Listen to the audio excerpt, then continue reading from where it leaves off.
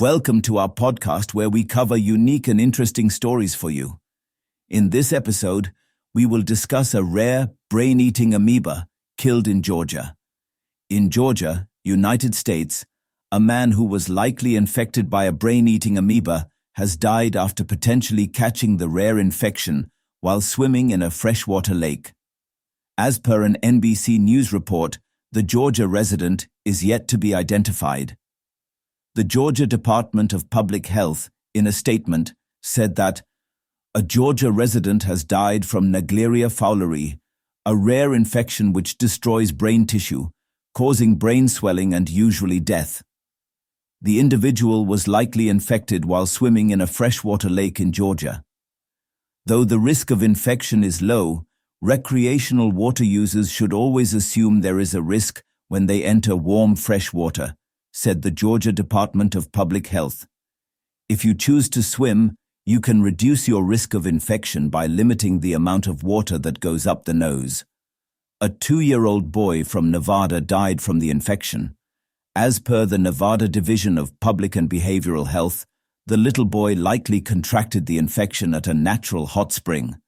Previously, a Florida resident died from the amoeba after doing a sinus rinse with tap water.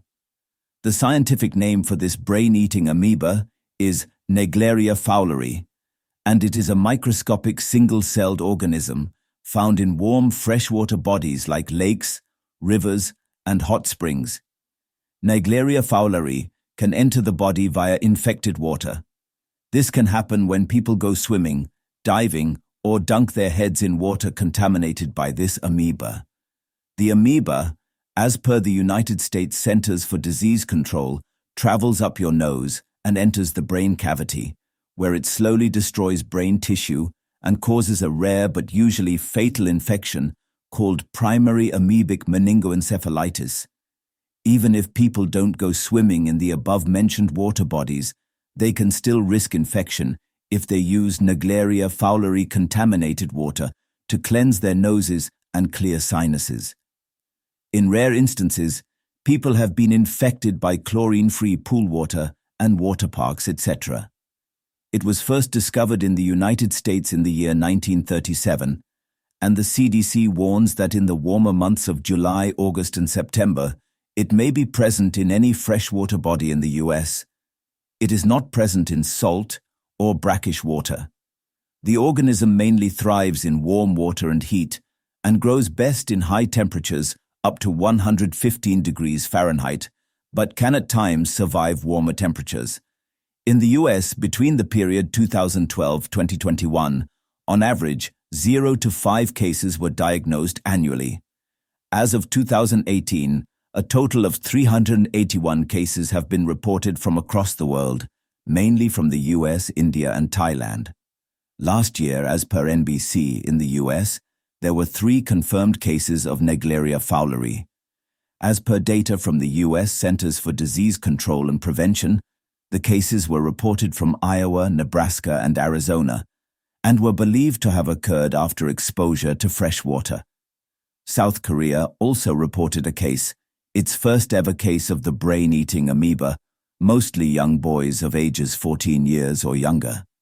However, as per CDC, this could mainly be due to the fact that boys this age are more prone to participate in activities that leave people vulnerable to the organism and the resulting disease.